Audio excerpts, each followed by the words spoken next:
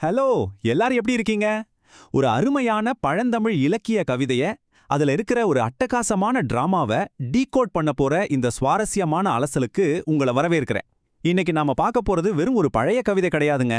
மனித உணர்வுகளையும் இயற்கையையும் ஒன்னா சேர்த்து பின்னப்பட்ட ஒரு மிகச்சிறந்த உளவியல் நாடகம். ஒரு காட்சியின் மூலமா எப்படி ஒரு ஆழமான செய்தியை பதிவு செய்ய முடியும்னு சங்ககால புலவர்கள் நமக்கு கத்துக் கொடுத்திருக்காங்க. வாங்க அந்த நாடக ரீதியான வெளிப்பாட்டை அணுவா பிரிச்சு பார்ப்போம்.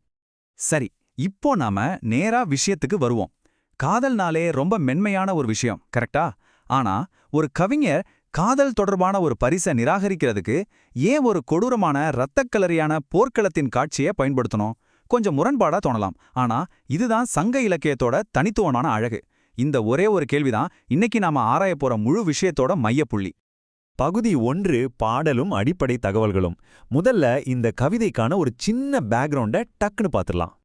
இது குறுந்தொகையோட முதல் பாடல். இதை எழுதினவர் திப்புத்தோளார் அப்படிங்கிற புலவர். இந்த பாடல் குறிஞ்சி திணையைச் சேர்ந்தது. குறிஞ்சினா உங்களுக்கே தெரியும், மலையும் மலை சார்ந்த நிலப்பகுதியும். ஒரு மலைப்பகுதினாலே அங்க ஒரு வித மர்மமும் கொஞ்சம் காட்டு மிராண்டித்தனமான அழகும் இயற்கையோட சீற்றமும் இருக்கும் இல்லையா? அதை நீங்க மனசுல வச்சுக்கணும். அந்த நிலப்பரப்பு தான் இந்த கவிதையோட கேன்வாஸ். இதோ அந்த மூலப்பாடல். இந்த 4 வரிகளை படிக்கும்போதே ஒருவித அதிர்வு ஏற்படுறத நீங்க உணரலாம். செங்களம் படக்குன்று அவனர்த்தைத்த செங்கோலம்பின் செங்கோடி யானை கடல் தொடிச்சேயை குன்றம் குருதிப்பூவின் குலைக்காந்தட்டே. இந்த வரிகளை கொஞ்சம் கூர்ந்து கவனிங்க. செங்களம், செங்கோல், செங்கோடு, குருதிப்பூ, இப்படி சிவப்பு நிறத்தை குறிக்கிற வார்த்தைகள் திரும்ப திரும்ப வர்றத பாருங்க. புலவர் நம்ம மனக்கண்ல ஒரு அடர்த்தியான சிவப்பு நிறத்தை அப்படியே பெயிண்ட் பண்றார். அது எதை குறிக்குதுன்னு பாப்போம். பகுதி 2 மறுத்தலின் பின்னணி.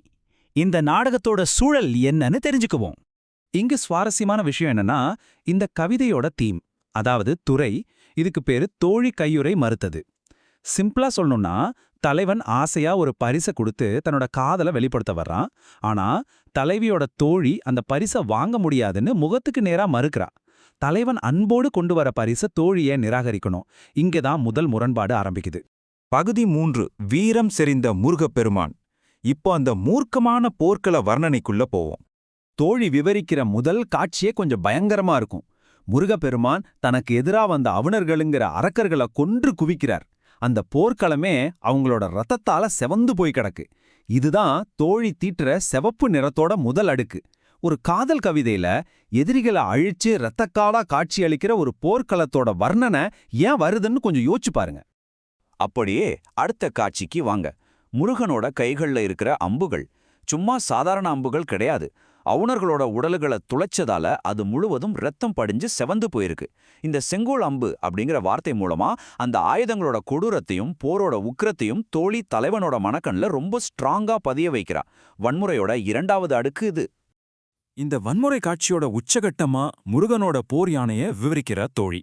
எதிரிகளை குத்தி கிழிச்சதால அந்த போர் யானையோட தந்தங்கள் கூட ரத்தத்தால முழுசா செவந்து போயிருக்கான். செங்கோடி யானை கால்கள்ல வீரக்கழல் அணிந்த முருகனோட மூர்க்கமான போர் நிலம் இதுன்னு தோழி சொல்றா. காதலோட வரவன்கிட்ட ஒரு போர்க்களத்தோட கொடூரத்தை ஏன் எவ்வளோ விளக்கமா சொல்லணும்? பகுதி 4 இரத்த நிறமும் காந்தல் மலரும். இப்போ இயற்கையோட ஒரு சூப்பரான ஒப்பீட்டை பார்ப்போம். இந்த இடத்துல தான் தோழியோட பிரில்லியன்ஸ் வெளிப்படுது. அந்த அழகான ஒப்பீட்டை கவனிங்க. தலைவா, நீ பாக்குறியே இந்த குறிஞ்சி மலை, இது முருகனோட போர்க்களம் மாதிரி. அங்க எப்படி ரத்தத்தால போர்க்களம் செவந்து கிடக்கிறதோ அதே போல எங்க மலையில பூத்து குலுங்குற இந்த செங்காந்தல் மலர்களும் ரத்தம் கொட்டி பரவின மாதிரி இருக்கு அப்படின்னு சொல்றா. ஒரு போர்க்களத்தோட உக்கிரத்தையும் இயற்கையான மலரோட அழகையும் அவங்க மர்ஜ் பண்ற விதம் உண்மையிலேயே பிரமிக்க வைக்குது. பகுதி 5 மறுப்பதற்கான உண்மையான காரணம். அந்த உளவியல் மிரட்டல் என்னன்னு தெரிஞ்சுக்குவோம். காந்தல் மலர்கள் சிவப்பா பூத்திருக்கு, அதனால நாங்க உன் பரிசை வாங்க மாட்டோம்னு தோழி முகத்துல அடிச்ச மாதிரி சொல்றா. ரத்தமும் மலர்களுமான இந்த வர்ணனை எப்படி ஒரு காதலனோட பரிசை நிராகரிக்கிற காரணமா இருக்க முடியும்? இதுக்கு பின்னால தலைவன் புரிஞ்சுக்க வேண்டிய விஷயம் என்ன? இங்கேதான் ரொம்ப முக்கியமான பாயிண்ட் இருக்கு. தோழி கொடுக்கிற அந்த சூப்பரான நுட்பமான எச்சரிக்கை. எங்க மலைக்கு தலைவன் அந்த முருகப்பெருமான்.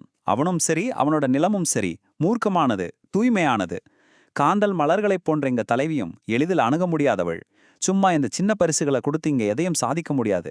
உனக்கு உண்மையான காதல் இருந்தா தைரியமா வந்து அவளை முறைப்படி கல்யாணம் பண்ணிக்கோ. அதை விட்டுட்டு இப்படி திருட்டுத்தனமா வந்தேன்னா எங்க நிலம் முருகனோட போர்க்களமா மாறிடும்னு செம்ம மாசா வார்னிங் கொடுக்கறா. ஒரு இயற்கையோட வர்ணனைக்குள்ள எவ்வளவு பெரிய சைக்கலாஜிக்கல் மிரட்டல தோழி ஒழிச்சு வச்சிருக்கா பாத்தீங்களா? வெறும் 4 வரி கவிதை தான். ஆனா அதுக்குள்ள நிலம், கடவுள், போர் இயற்கை, அப்புறம் மனித மனத்தோட நுட்பமான ஒரு எச்சரிக்கைன்னு எல்லாத்தையும் எவ்ளோ அழகா பேக் பண்ணியிருக்காரு புலவர் திப்புத்தோளார். இது குறுந்தொகையோட முதல் பாடல் மட்டும்தான். அப்போ பல்லாயிரம் பாடல்களைக் கொண்ட நம்ம சங்க இலக்கியத்துல இன்னும் எத்தனை 100 உளவியல் நாடகங்களும் சீக்ரெட் மெசேஜ்களும் புதைஞ்சு கிடக்குமோ. கண்டிப்பா இந்த எண்ணம் உங்களை இன்னும் நிறைய சங்க பாடல்களை தேடி படிக்க வைக்கணும்னு நம்புறேன். இந்த சுவாரஸ்யமான அலசலோடு இன்னைக்கு நாம விடைபெறுவோம். மீண்டும் சந்திப்போம்.